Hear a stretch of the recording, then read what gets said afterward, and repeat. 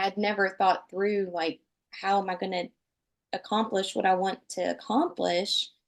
And that's kind of where the baby steps came in too, was I would like for my house to be clean, but everything was so urgent all the time that a lot of times got dropped. So now what? Like, how am I going to do that? So to get my days kind of under control to where not everything seemed so urgent was, I think, why that was such a good first stepping stone for me.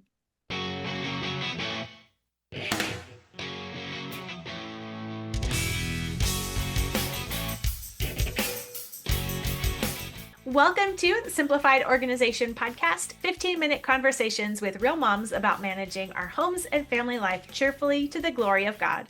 We can actually enjoy our housework and love being homemakers when we focus on truth and work with gratitude. I'm Mystie Winckler, homemaker for 23 years, homeschool mom of 5 with 2 graduates, and author of the book, Simplified Organization, Learn to Love What Must Be Done. I write a podcast at Simply Convivial, and I run Convivial Circle, a community helping women to excel at homemaking and do life cheerfully.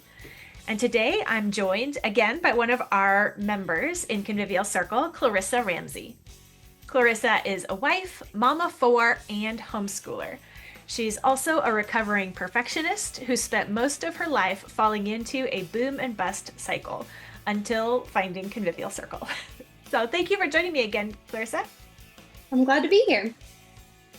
So as a recovering perfectionist, what did that process look like for you in noticing where perfectionism was creeping in, and then tactics for overcoming that desire to figure everything out ahead of time? Well, I was always overwhelmed and kind of cranky, really, because things weren't they would they wouldn't always go the way I wanted them to. And so I would have these great plans and have 4 children. And the 4 children didn't always pick up on the plan. And a lot of it was unrealistic expectations too. And so I just knew that something had to change. And that's when I started to think, like, well, what is my goal here? Because it's apparently not getting this to-do list done. It's not having the perfectly clean house.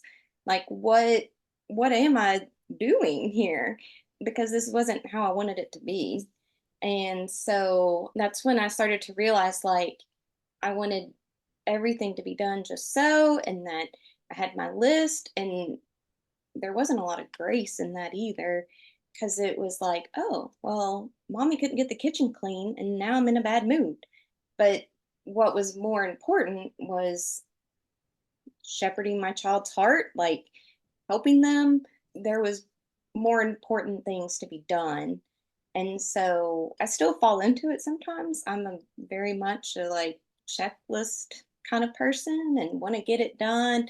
I want things to be just so, but when I find that I'm getting overwhelmed again or cranky, like I have to just stop for a minute and be like, hey, this is not the most important thing right now. And, pray about it. Or sometimes it's really obvious, like what I need to be focusing on. Is it schooling? Is it, being with my kids?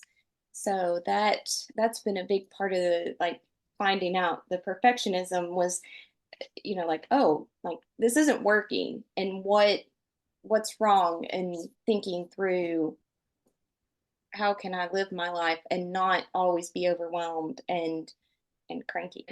Well, I know we were talking about plans for the new year and that kind of stuff inside Convivial Circle, and you'd mentioned that you had the daily card and the weekly review. These are practices that you have picked up over time and made to work, and then now you're working on interval planning.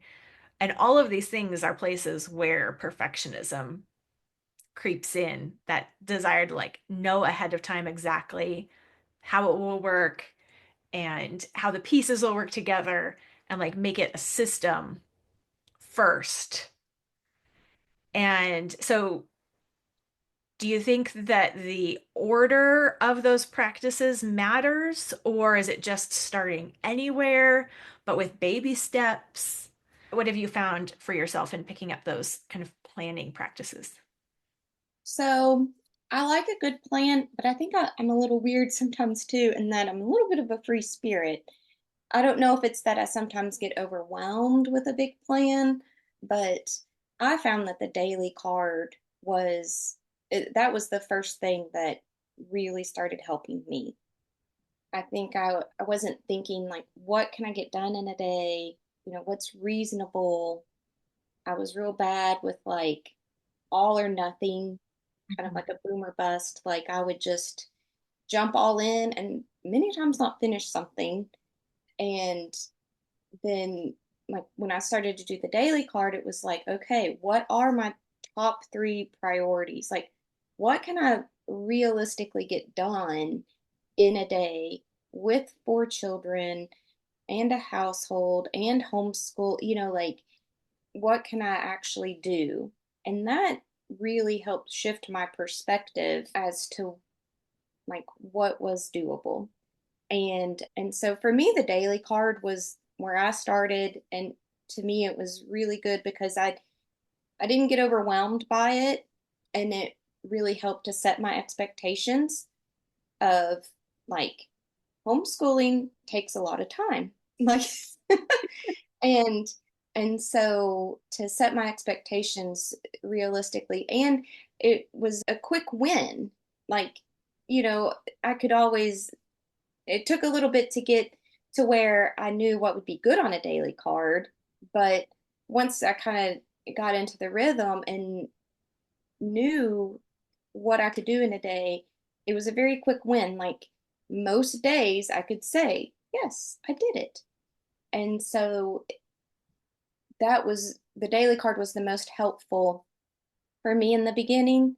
And then I moved on more to a weekly review. And so that was really helpful to think about, well, what did work? What didn't work? What do I really need to get done this week? Because there are things that might take a few days of prep. Like we're going to be celebrating some kids' birthdays this weekend, hopefully. And I needed to go to the grocery. I needed to think through, like, what am I going to cook for everybody to come over? And so the weekly review was a good stepping stone for me to go next as to, like, okay, let's look a little bit bigger as to what I can do, what I need to do, like what do I have to do? Do I have appointments or whatnot?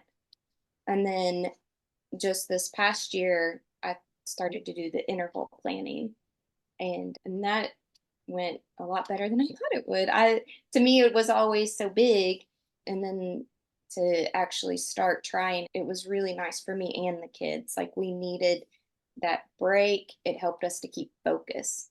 So that's how I worked through and what worked for me. Yeah, I know most or often productivity stuff has you start planning the big picture and then funnel down, and that like makes sense in my head and makes sense on paper. But in real life, when you have a lot of responsibilities you're juggling, like you actually kind of have to figure out that day to day first and then the week. And like that backwards thing Yeah. can work really well too.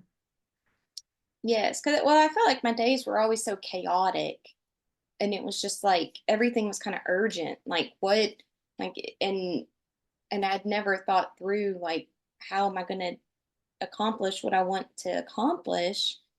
And that's kind of where the baby steps came in too, was I would like for my house to be clean, but everything was so urgent all the time that a lot of times got dropped. So now what? Like, how am I going to do that? So to get my days kind of under control to where not everything seems so urgent was, I think, why that was such a good first stepping stone for me. So, how would you encourage an overwhelmed mom to start being more intentional about her days? Yeah, I would first try to give her a word of encouragement, like see like what is she doing well, and then pray over it if needed and help ask the Lord to help you see focus, like, Lord, what do I need to focus on? But I would suggest like a brain dump, like what do you want? What's bothering you? What could help with that? Like for like a clean house, like, well, what's that going to entail? What is your standard for a clean house? Like, let's just write that out.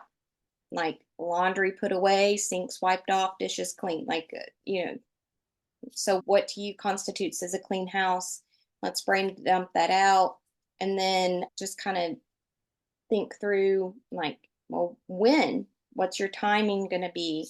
And then what could be some baby steps to do that? So, if it's, I guess we'll just go back to the clean house. Like for my family, I found that once school was done, before they could move on to something fun, we needed to do our pickup. We needed to do our EHAP where we put everything away. And so when can you do it? So, and really just to kind of start, and it's probably not going to work the first time or it's going to be rough, but you can keep kind of tweaking it. You can keep trying. And once after a while, it'll become habit. So I guess really to sit down and think about what is your goal? Like, what are you wanting here? Brain dump what that's like. Think about some timing issues, baby steps. Like, what are the little things? Because the little things will add up in the long run. Mm-hmm. Yeah, and I think that point that you said about it won't work out the first time necessarily. It's not just going to be out of the gates. I Right. made a plan, there it goes. Like that's the perfectionist desire again to like, okay, if the plan that I made doesn't work out perfectly the first time, it must be a bad plan. Right. Yes. And to just, I think that's where, like, for me, the all or nothing, the boom and the bust, like, I would jump all in. And as soon as I hit a hiccup, or like there was a day that we were sick or something, and then it's like I would just drop it. Like, okay, I'm done. It didn't work. And but to see, like, no, I need to keep trying. And maybe that way didn't work, but I can try a different time. Like maybe it's before bedtime for somebody else, like to pick up or whatever. So I think that to keep trying and to just get started, like it took me a long time to get on board, like with the interval planning, because it just seemed so big and like it wouldn't work. I'm like, well, I don't know what I'm going to do for 6 weeks.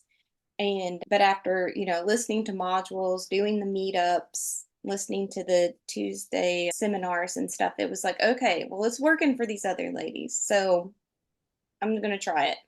And it wasn't perfect the first go round, but I'm happy now that I've done it, and it's getting easier. That's the other thing, is the more you try it, the easier it'll get. Yeah, that's true with all of it. The interval planning, the weekly review, the daily card. Well, that's where the daily card is so handy since you get way more practice with that one. You do it, doing it again and again. Yeah, maybe that was a good place to start too, because it was like each day I was practicing it. I didn't think about that. Thank you so much, Clarissa, for coming and sharing. And I'm sure that it will encourage many other women to just notice that perfectionism and get started anyway without figuring it out, without giving into that boom and bust cycle. Yes. Well, thank you very much for having me. I enjoyed it. Clarissa was spot on that a brain dump is a great place to begin. You just get out all those standards and ideas and perfectionism that's rattling around in your head so that you can see what's in your head and then intentionally choose where and how you're going to move forward. Because it would be very obvious that you're not going to do it all once you see it all on paper. I have a free brain dump guide that will help you get started with that process. Just go to simplyconvivial.com/braindump, all one word, simplyconvivial.com/braindump, or find the link in the description of this episode to get that free brain dump guide that will walk you through the areas of your house and the areas of responsibility and get out all the clutter rolling around in your head so that you can then think about your actual situation and make some intentional progress. It is a good first step to get you to a place where you are repenting, rejoicing, and repeating.